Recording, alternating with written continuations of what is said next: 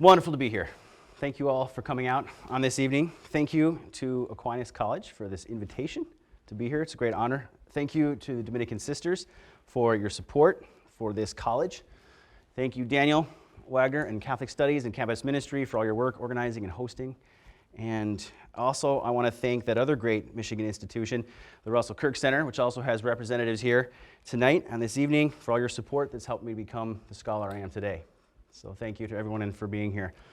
I want to begin in Paris during the French Revolution, July 17th, 1794. 16 prisoners are being hauled through the streets of Paris in wagons. Now, to the guillotine.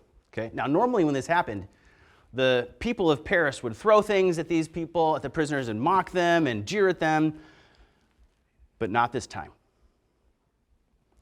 This time, the onlookers stood still in shocked silence. The condemned were nuns. They had been condemned earlier that day as traitors. And they were singing. Now, hardened by several years of de-Christianization in the city of Paris, these onlookers just stood there shocked, listening dumbstruck as the women chanted Vespers, the Office of the Dead, and the Salve Regina through the streets.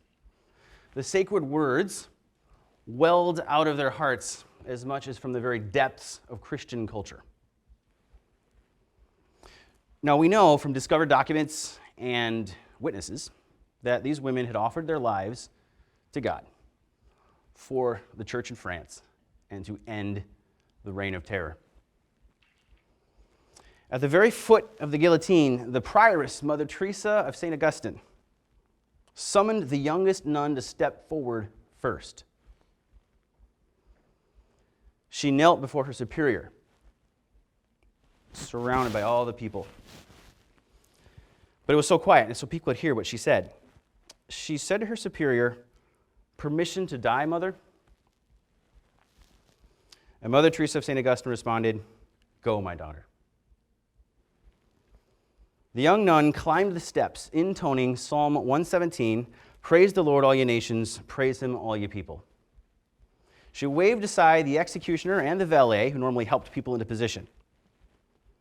Her feet left the scaffold as the plank tipped forward, and the valet adjusted it so her neck was directly below the yoke, where the blade slides down, and then the blade fell, and there was one less voice singing.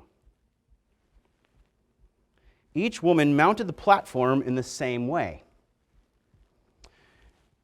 And no one had ever seen anything like this before, an entire religious community executed. And after the last head fell, and all was quiet, the bodies of the 16 Carmelites were stripped and dumped in a mass grave. 10 days later, the man most responsible for the reign of terror, Maximilien Robespierre, fell from power. He too met the guillotine. It seemed the sacrifice of the Carmelites had indeed been accepted by God to end the reign of terror. Nevertheless, the French Revolution swept onward. Its cause was taken up by Napoleon and his mass armies, who brought it by force to much of Europe, closing monasteries, stealing sacred art, and kidnapping popes. Thousands of French priests fled the nightmare persecution of the Catholic Church to, ironically, Protestant England. One of them was the Jesuit Augustin Barruel. He wrote a highly influential book about the origin of the French Revolution in a planned conspiracy between anti-Christian philosophers and other groups, secret groups like the Freemasons, to overthrow church and state. This is what his book was about. So Barruel found a link from the French Revolution back to what has come to be called the Enlightenment.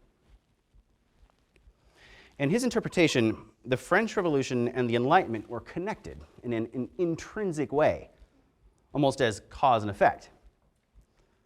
This idea proved immensely popular in the early 1800s as anti-revolutionary sentiment spread widely across much of Europe.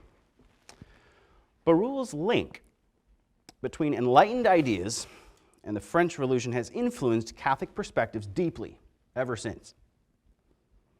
In Christopher Bloom's 2020 book, Critics of the Enlightenment, Bloom asked, what happened between Catholic France, early 1700s, and secular France, late 1700s? In a word, the Enlightenment. Now, linking the Enlightenment and the French Revolution influenced 19th century philosophers too, like Hegel. Italian historian Vincenzo Ferrone wrote about how Hegel was in fact the father of the Enlightenment, in other words, of the idea of the Enlightenment, as a central philosophical category within modernity. Hegel's dialectical philosophy of history portrayed the Enlightenment locked in antagonism with religious faith, leading to the Reign of Terror in the French Revolution. Interestingly, many mainstream non-Catholic thinkers have largely agreed with this dichotomous assessment, though reversing its valuation. Historian Peter Gay, in his book The Enlightenment, The Rise of Modern Paganism, there you go, defined only non-religious thinkers as enlightened. Gay's work implied no serious Christian engagement with the Enlightenment existed. It could not have existed. Modernity is, by implication, a secular project to be celebrated. One sees this approach more recently in Jonathan Israel. So, this dialectical view of secular versus religious has been immensely influential. It led both secular leaders and church leaders well into the 20th century to act as if, quote, the relationship between the church and the modern world was a battle to the death, a zero-sum game in which someone was going to win decisively and someone was going to lose fatally. That's George Weigel in his excellent recent book, The Irony of Modern Catholic History. In my view, this dialectical view pitting the rise of modernity and the Enlightenment against Christianity is wrong. The Enlightenment was not simply French, and the French Enlightenment was not simply the cause of the French Revolution. Nor did it represent an eternal abstract rationalism. To simplify history in this way is to fall under the spell of the centaur. Ferrone used this half-man, half-horse creature from Greek mythology to describe the unholy alliance between philosophy and history, found in many secular and Catholic thinkers to this day. This mixture gives a transhistorical essence to the Enlightenment in a philosophy of history grounding modernity simply in secularism and materialism. Watch out when philosophers try to do history. Okay? But I'll admit, watch out when historians try to do philosophy. Okay?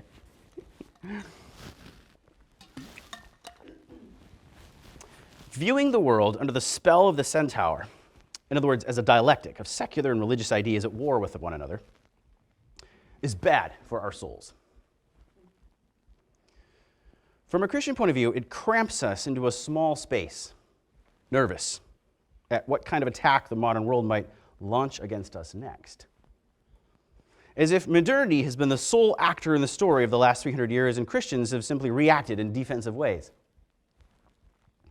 We quake for fear that maybe God left us somewhere in the 18th century and now we live in a secular age without him. The modern world is falling apart, we muse, and the spirit of the age, stemming from the Enlightenment, has permeated even the church. So we click to our favorite internet magisteria and give ear to the prophets of doom. So I believe that rethinking our attitude toward the modern world is good for our souls, and that it must begin with rethinking the Enlightenment. But this is hard to do. For good reason, Catholics were long traumatized by the French Revolution and the link they saw to the Enlightenment. Now, psychologically speaking, we know that personal trauma can fragment an individual's episodic memory. That's the autobiographical memory of an event or experience. This makes it harder to remember the past as a whole, right, when we're suffering from trauma. So, we make up for gaps in our memory with negative generalizations. Negative generalizations at the personal level, for example, my childhood was bad. Or at the cultural level, for example, the Enlightenment was bad, can greatly affect the way we feel about ourselves in the present. One psychologist wrote that, quote, "We can live our whole lives with an underlying sense of certain narratives that, when examined, turn out to be false." For example, we might discover an old letter or a journal from our childhood in a dusty box on our shelf and chance to read therein about a happy incident in our young lives we forgot about.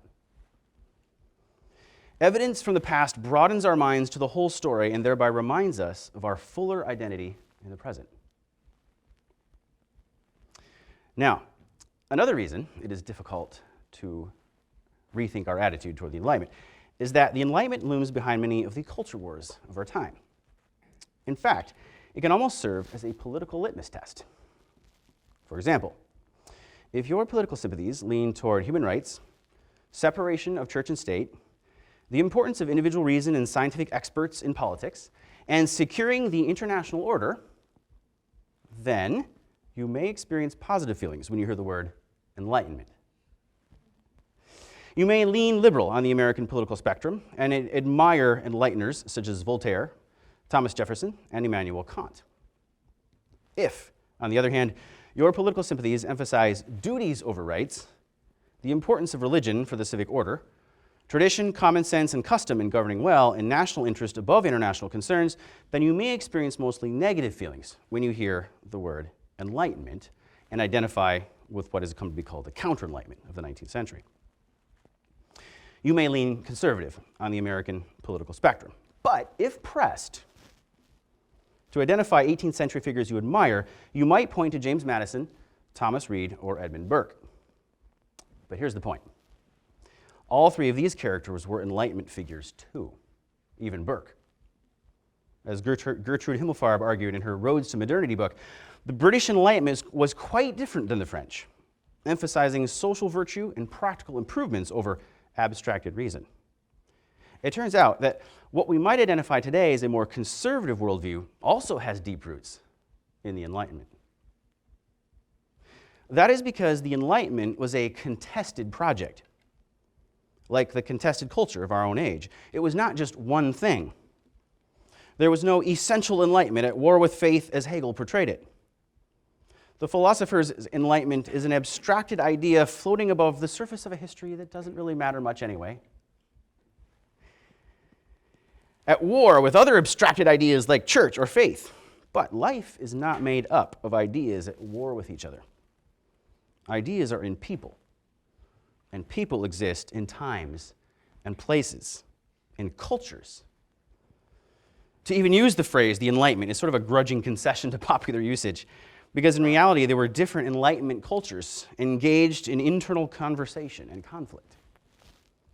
If we understand the Enlightenment in this way, and also Christianity as a culture too, then we can take a wider perspective and understand both of these concepts, Enlightenment and Christianity, not in isolation, but in interacting ways of life. Now, doing this is a fascinating adventure. Take Pope Benedict XIV, for example, who reigned from 1740 to 1758, probably the greatest pope of the century. He's being rediscovered today by scholars as the Enlightenment Pope. Wait, what? We discover that Pope Benedict XIV built his own coffee house, one of the great institutions bequeathed to us by the Enlightenment, where he conducted much of his business in a more informal atmosphere. He sponsored the Academy of Sciences, Bologna. He built up the first public museum ever in Rome, and forwarded the careers of female scholars, unheard of at the time. As devil's advocate for years in canonization cases, he reformed how the church approached miracle claims according to a skeptical and empirical Enlightenment spirit that would have impressed even David Hume. Or what about Laura Bassi, 1711 to 1778? She died the same year Voltaire did and was probably as famous as Voltaire in their own time. Why has she been forgotten? This devout Catholic mother of 8 was the first female university professor in history ever. She was an experimental physicist who helped popularize the work of Newton in Italy. Or how about the more well-known Mary Wollstonecraft, famed British philosopher with her Vindication of the Rights of Woman, 1792. Now, it's true that Wollstonecraft sort of tussled with Edmund Burke over the French Revolution before she herself became disillusioned with it, but she also enunciated a vision of women's rights in the context of the good of families and of classical virtue as the basis for true happiness and freedom. Her vision was very different than the individualism and abstracted reason we often criticized as the Enlightenment. So, we have an Enlightenment Pope, a devout Catholic mother teaching Isaac Newton, and a family-friendly feminist. We need to rediscover the Enlightenment as a whole, obviously. So, let us step outside our lazy view of modern history as either the story of progress or decline. As Leopold von Ranke wrote, quote, "Every age is immediate to God, and its worth is not at all based on what derives from it, but rests in its own existence, in its own self. The Spirit of God overshadows every age, for every age is equidistant from God. So we must first understand an age on its own terms, much as we would another person we do not yet know." To help us rethink the Enlightenment, I want to ask a simple question. How did Christians at the time relate to the Enlightenment? If we can answer this question, that may not only help us better understand the 18th century on its own terms, it also might help us toward a more nuanced, sensitive, and wise response to our own age. We must begin by first asking an even more basic question. Not, what is the Enlightenment? For that would be to fall under the spell of the centaur again as an eternal idea. But what was it? Past tense. Now, I will not define it for you, for as Aristotle wrote, we must never give more exactness to a subject than is warranted. Rather, I will briefly describe certain commonalities across the lay of the land. The Enlightenment was a powerful and diverse cultural movement of the 18th century, enthused by all things human. Curiously, it emerged from within the ancien regime of a deeply Christian civilization. As one historian argued, the Enlightenment offered a method of approach to the universe, a means, not a set of preordained ends. This Enlightenment method was a way of living tolerantly and thinking freely in the new public sphere. It stressed the human, thus resembling classical and Renaissance humanism, but more oriented toward practical improvements like paved streets. It was as much about coffee houses and new modes of human sociability as it was about ideas. Enlighteners, I do not use the biased term philosophers. Enlighteners excitedly participated in networks of communication with information spreading in ways resembling our digital age. So, to restate the question then, how did Christians relate to this culture?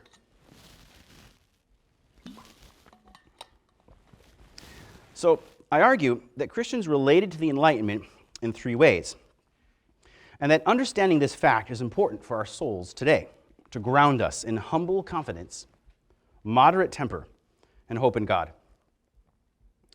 Christians, I argue, related to the Enlightenment according to 3 strategies: conflict, engagement, and retreat. These strategies were not necessarily conscious strategies, but nonetheless 3 different modes of interaction, each with strengths and weaknesses and track records from which we can learn. Ultimately, I'm interested in the kind of logic of cultural interaction we need today in Catholic institutions like Aquinas College and my home institution, the University of Mary. We want to model for our students strong Catholic identity while also forming them to go out into the wider culture. Sometimes we need to conflict with the injustice of that culture, but other times to engage it in a friendly and open-minded way, looking for common ground. We need the wisdom of inward retreat to know the difference. Conflict, engagement, and retreat were all needed in the age of the Enlightenment, and they are needed again today. Now, the death of the Carmelite nuns that we started with stands as a witness to holy conflict. They faced what I call the conflictual Enlightenment in its attacks on Christianity. Politicians such as Robespierre pushed this conflictual Enlightenment, inspired in part by earlier Enlighteners such as Rousseau and Voltaire. This is a familiar story to us, so I will not dwell on it here. Instead, I want to look at the Enlightenment from an entirely different angle. So, let's go to Milan in 1739. We are in the beautiful Palazzo Agnesi at a salon conversation. The prestigious audience is seated in a room richly furnished with harpsichord, mirrors, and gilded candle holders. 40 modern paintings, in identical frames, decorate the walls. And they picture landscapes, seascapes, but also scenes from the life of Christ in the New Testament. Everyone present stares at the speaker in rapt attention. She is a she, a lovely 20-year-old Maria Agnesi, one of the talented and devout Catholic daughters of the Agnesi family. She is debating in Latin, so everybody could understand, questions of philosophy and science. Now, besides Italian, Agnesi could also speak French, German, and Greek. So if you have a question, you can ask it in any number of languages. As the night descends, uniformed servants lit candles and brought ice creams for the guests as they continued to listen. It was a hot evening, but the young woman's combination of academic bravery, skill in debate, and virtuous modesty fascinated them. Perhaps some of them knew that at age 9, this Agnesi had delivered in Latin an oration defending the education of women that so impressed her audience it was later published. She spoke like an angel, one guest recorded. She was, quote, more stupendous than the Cathedral of Milan. Maria Agnesi became a minor celebrity in the age of enlightenment for her intellect and her charity. She was the first woman in history to publish a book of mathematics in her own name. It was called Analytical Institutions of 1748 and explained the new techniques of differential and integral calculus to general readers. Her work was so brilliant, the Bologna Academy of Sciences made her a member. This was almost unprecedented for a woman of that time. Her book was translated into French and English. It was considered the best introduction to the subject for decades, and she was hailed across Europe. Her story introduces a different sort of interaction with the Enlightenment than conflict. Today, since the turn of the 21st century, a new generation of historians has made a provocative discovery. A full-scale religious enlightenment existed throughout the 18th century that earlier historians had overlooked, intentionally or not. Christian enlighteners like Pope Benedict XIV mentioned, or this Maria Agnesi, embraced human reason as a powerful tool for reforming church and society. In his 2008 book, The Religious Enlightenment, Protestants, Catholics, and Jews from London to Vienna, David Sorkin argued that the Enlightenment was not only compatible with religious faith, but even conducive to it. Quote, the Enlightenment made possible new iterations of faith. If we trace modern culture to the Enlightenment, its foundations were decidedly religious. Other historians have made a strong case for a Catholic Enlightenment. Ulrich Lehner, Jeffrey Burson, and Christopher M.S. Johns, in a whole gaggle of books, have cast shadows over the bright skies of the secular-only Enlightenment idea. To such an extent, in fact, that a mainstream figure like Margaret S. Jacob has felt the need to remind the world once again of the secular Enlightenment, the title of her recent book. So a Catholic Enlightenment, is it possible that despite creating serious challenges and direct attacks on the church, the Enlightenment also opened new avenues for faith to flourish? The answer is yes. The Catholic Enlightenment in Milan, for example, formed Agnesi in a lay spirituality oriented toward inner devotion, outward social charity, and upward intellectual development. When not immersed in her studies, Agnesi went to Mass often and devoted much of her life to care for ill women living on the streets. She would return home from her volunteer work at the hospital, freshen up, and then effortlessly switch roles to academic debater, much like a superhero changing costumes. My students, especially young women, find her deeply inspiring and often write papers about her. So Catholic enlighteners like Agnesi across Europe, from Spain to Poland, shared the optimism of the age about human effort toward improving life. They took seriously the challenges of both faith and reason. Agnesi's private chapel, for example, opened through a doorway into her study, just as her mind opened into her faith. Now, as we begin to conceptualize the dissimilarities between the conflictual Enlightenment and the Catholic Enlightenment, we begin to see the different directions one could move in the Enlightenment cultures of the day. We can then ask new questions. For example, why was the Catholic Enlightenment forgotten for so long? That obviously has to do with the spell of the centaur, viewing the past anachronistically through the prism of the French Revolution and amalgamating that picture with the Enlightenment. Catholics could not have had anything to do with such a pagan movement. This seemed a logical deduction. So all evidence for Catholic engagement was overlooked. Frankly, it was embarrassing. So another question we can now ask more freely is this. What exactly was the conflict about between this conflictual Enlightenment and Christianity? We find three main areas of conflict. One, conflictual Enlighteners like the atheist Baron d'Holbach discounted religion as a distraction from the real business of this world. Two, conflictual Enlighteners like Thomas Paine proclaimed individual reason the sole criterion of truth. Three, conflictual Enlighteners like Condorcet believed in the salvation of man by man, giving a modern twist to an age-old rivalry between two different soteriologies or visions of salvation, worldly and Christian. Now, many other Enlighteners, besides the ones just mentioned, many other Enlighteners and Christians attacked these ideas. John Adams defended the importance of religion for American freedom. Thomas Reed grounded reason in common sense. John Wesley preached man's dependence on God. In the English-speaking world in particular, the defenders of orthodoxy, from Jonathan Swift to Samuel Johnson to Jane Austen, proved to be better writers and abler controversialists than their critics, wrote historian Christopher Dawson. The English rationalists had no Voltaire, as did the French, so the tables were turned.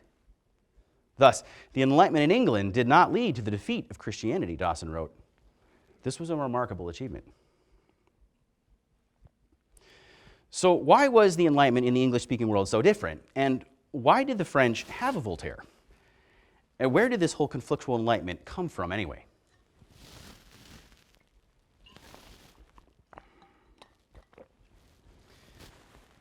There are many reasons here, but I will focus on the one most uncomfortable for us.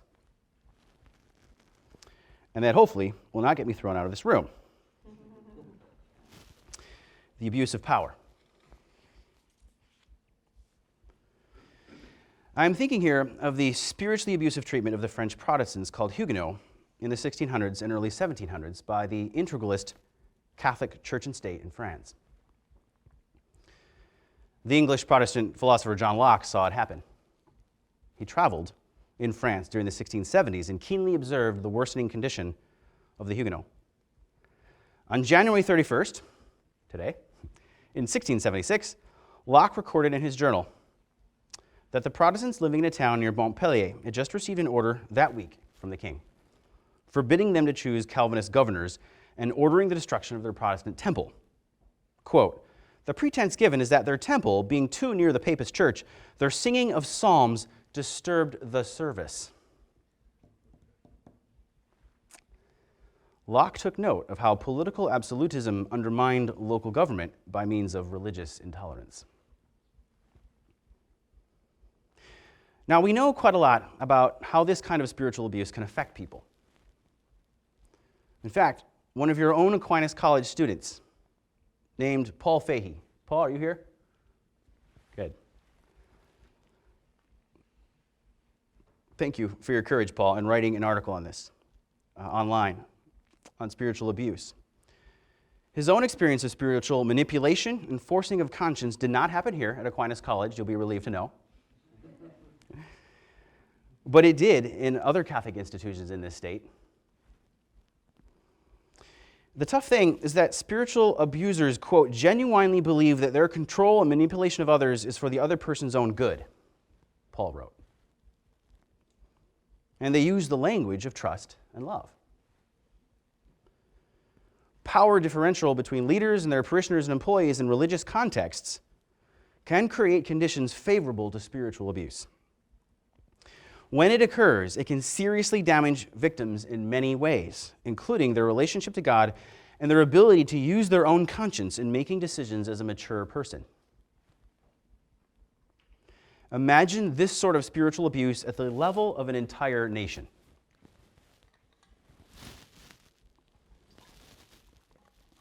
As King Louis XIV prepared to remove the last remaining religious freedom for Huguenots, Bishop Bossuet, one of the leading churchmen in France, solemnized the occasion by officiating at High Mass. He preached on a compelle intrare passage of Luke 14:23. The master said to the servant, "Go out to the highways and hedges and compel people to come in, that my house may be filled." Compel. In their politically convenient hermeneutic, Scripture itself seemed to justify the king's actions. Bossuet's secretary recorded that tears were in the eyes of all those present, their hearts pounding as they considered the significance of what the king was about to do. Secure the full Catholicity of the kingdom. Catholic leaders across the country praised the monarch. In reality, the French dragons, or dragoons, fanned out across the country to enforce the laws against the Protestants, terrorizing families into conversion. Catholic political correctness of the age acted as a kind of drug, inoculating the faithful from actually looking at their Protestant neighbors in the face and seeing them as human beings. Many not only did not protest, they colluded with the dragons, including bishops. French authorities even managed to fool the Pope about what was going on, and celebrations were held in Rome. Hundreds of thousands of Huguenots fled the country, bitter at Catholicism and kings. Some of them began to write, like Calvinist Pierre Bayle, whose anti-clerical works inspired Voltaire. In fact, so many valuable citizens left France that the government closed the borders, turning the nation into something of a police state. You know, suddenly the rise of this conflictual enlightenment in the 1700s in France makes a lot of sense.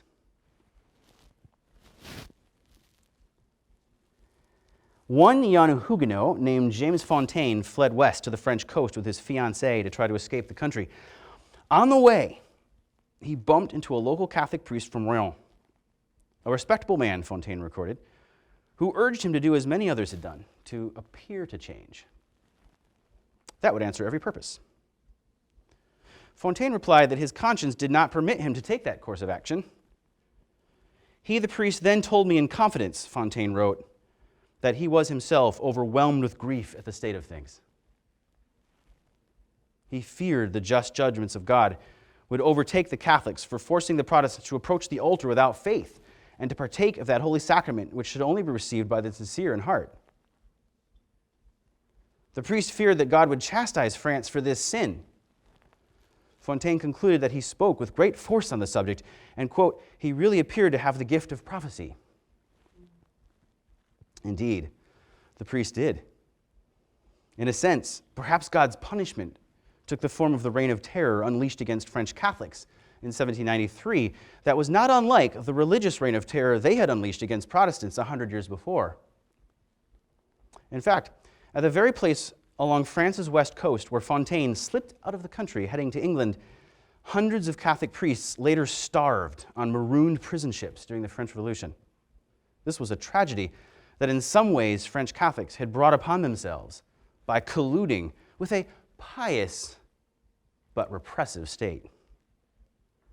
They eroded personal and political freedom for others, and when circumstances changed, the state machine was turned on them. Now, besides the warning about integralist politics contained in this history, there is another surprising lesson here about how divine providence might use forces that attack the church, as in the conflictual Enlightenment, to teach the church. Like the Zulkin law firm today, representing clergy sex abuse victims and compelling nearly $1 billion in settlements from the Catholic Church in California alone, Voltaire and other conflictual enlighteners forced the powerful institutions of their day to consider their practices from another point of view. So when Voltaire launched his public human rights campaign to defend the unjustly persecuted Protestant Calas family, he compelled reconsideration of religious freedom. He wrote in his 1763 treatise on tolerance that Jesus himself never compelled others to follow him. Ironically, Voltaire's appeal to the gentleness of Christ would echo 200 years later in the Second Vatican Council's Declaration on Religious Freedom, 1965. Jesus did not come as a political Messiah. The human response to faith in God must be free. This clarified what was actually an ancient tradition rooted in the Church Fathers that had been neglected in medieval and early modern times by both Protestants and Catholics. John Henry Newman's idea of the development of doctrine through conflict of forces is instructive here. The contingencies of history can help us remember truths we once knew, but forgot. Perhaps that is why, quote, the world of secular rationality and the world of religious belief need one another and should not be afraid to enter into a profound ongoing dialogue for the good of our civilization. Those are the words of Pope Benedict XVI, God rest his soul, that he said in London in 2010.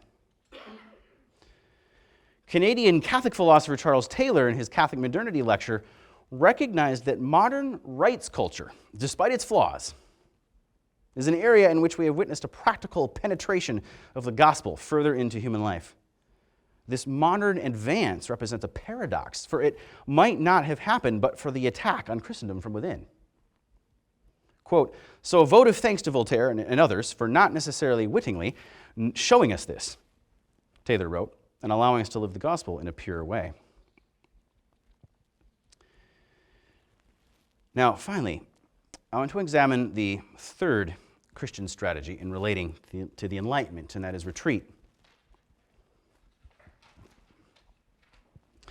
This was not a military maneuver, backing out of a tough spot, but a spiritual movement inward to nurture the households of faith.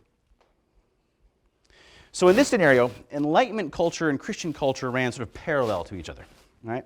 Not colliding, like in conflict with the Carmelites, not overlapping, like in the Catholic Enlightenment, Maria and Agnesi, but running parallel, in tandem, largely ignoring each other. This strategy was exemplified beautifully by Susanna Wesley of Epworth, England. Her husband was the Anglican priest there, and out of this devout household emerged two sons, John Wesley, 1703 to 1791, and his brother Charles. And along with their friend George Whitefield, they brought the gospel to much of the English-speaking world through field preaching, publishing, religious societies, and song. Thousands of songs, like Hark the Herald Angels Sing and Christ the Lord is Risen Today, both of 1739. By the time John Wesley died in 1791, he had traveled 250,000 miles and delivered 40,000 sermons. Crowds regularly numbered in the thousands. Now, interestingly, Wesley himself is considered by some to be an Enlightenment figure because of his dedication to reason and religion and to practical knowledge for improving human life in this world. And his journal is one of the great documents of the 18th century. I can't recommend it highly enough to read. It is marvelous. But the point here is that cultural renewal flowed from Susanna Wesley's faithful adherence to the vocation of parenthood beneath the surface of history. Within that vocation, 10 kids, 19 pregnancies, 10 kids. Within that intense vocation, she found room to write and to set aside time to pray. And in her daily retreat, her sense of vocation deepened. Her movement inward led outward in charity toward others. She began to think of herself evangelically, or as an evangelist of the gospel to those around her. Quote, "I thought I might speak to those with whom I converse with a more warmth of affection," she wrote to her husband. "I resolved to begin with my own children." This was where the cultural renewal of the age began, at home, in a regular rhythm or method, in this beginning of the Methodist and evangelical movements. A method of life sub specie aeternitatis under the aspect of eternity. The effects of Susanna's vocation soon made themselves felt beyond the household and the local community as people started coming to their house for help and spiritual nourishment. And this laid the basis for the vocation of her sons that would affect thousands of souls across Britain. Their efforts as missionaries in some way reversed the secularization of the early 1700s. It's a point worth underlining. There have been times in modern history when secularization was reversed. That's a hopeful thought. Early 1700s England was more secular than late 1700s England. And the Wesleys changed that logic. The new evangelization of their day changed cultural values and shaped the development of the Enlightenment itself, as seen in the rise of the abolitionist movement among Christians later in the 18th century. Now, here it is worth noting one of the weaknesses of this retreat strategy, right? Each of these strategies has a weakness. Then there's an important weakness of this retreat strategy, and this is the Puritan temptation. You see it in the Wesleys a little bit, but not too much. But this Puritan temptation that is to withdraw from a world considered too corrupt and too dangerous to engage. This is the Benedict option gone wrong. These are narrow minds, Diderot wrote in the Encyclopédie, deformed souls who are indifferent to the fate of the human race, and who are so enclosed in their little group that they see nothing beyond its special interest. This can lead to Christian pessimism about the world that can turn into pessimism about the body, other people, and even God. Now, the Wesleys largely avoided this Puritan temptation, partly because of their openness to Enlightenment optimism. Susanna, for example, read both Pascal and John Locke. Interesting combination. So herein lay one of the spiritual benefits of the Enlightenment for Christians. And I'll say that again. One of the spiritual benefits of the Enlightenment for Christians. It provided cultural motivation toward adopting a more positive view of human nature than was common at the time among Calvinists and Jansenist Catholics. Because, you see, it is one thing to believe in the theological goodness of human nature as an abstraction. It is entirely another thing to see the practical fruits of that belief in greater political freedom, improved roads, and adequate food to eat. These dealt a death blow to the ideas of human depravity and predestination widespread in the age of reformations. In conclusion, rethinking the past helps us to escape the spell of the centaur, thinking of the world in these dialectical terms, and to question some of the negative generalizations that we've made about ourselves and our age. Take the French priest and enlightener Condillac, for example. Died in 1780. So Condillac adapted Locke's, he's a priest, adapted Locke's empiricism to his studies of the human mind. He knew Diderot, he befriended Rousseau, and was elected to the Académie Française.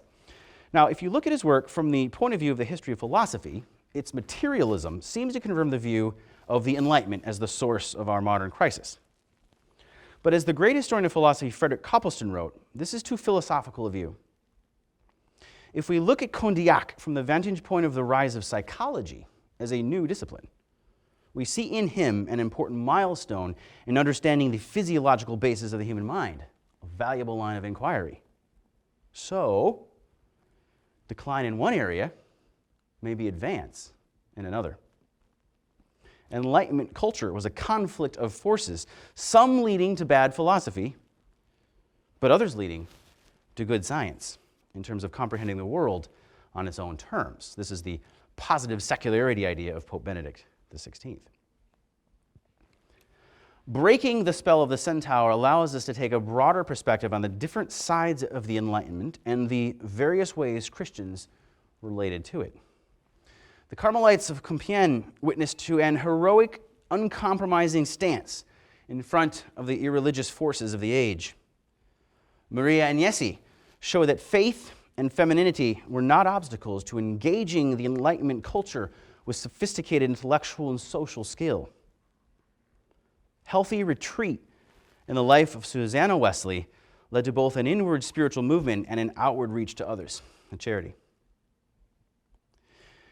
Conflict, engagement, and retreat need to correct the shortcomings of each. The conflict strategy without engagement or retreat led to a conflict mentality in the 18th century among Jesuits and Jansenists, for example, always looking for a fight and accusing each other of not being Catholic enough.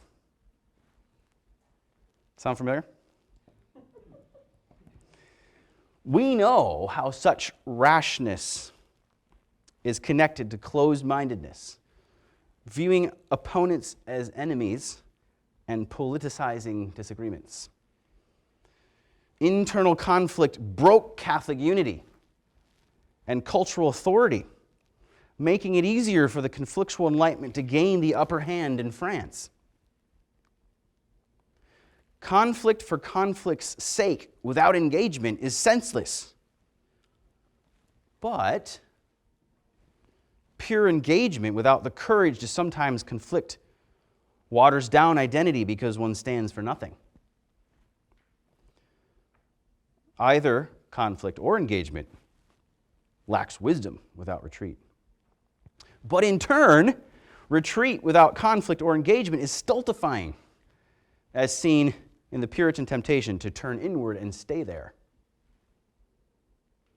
Each strategy seeks to live out the relationship between religion and culture and between personal faith and public life in different ways.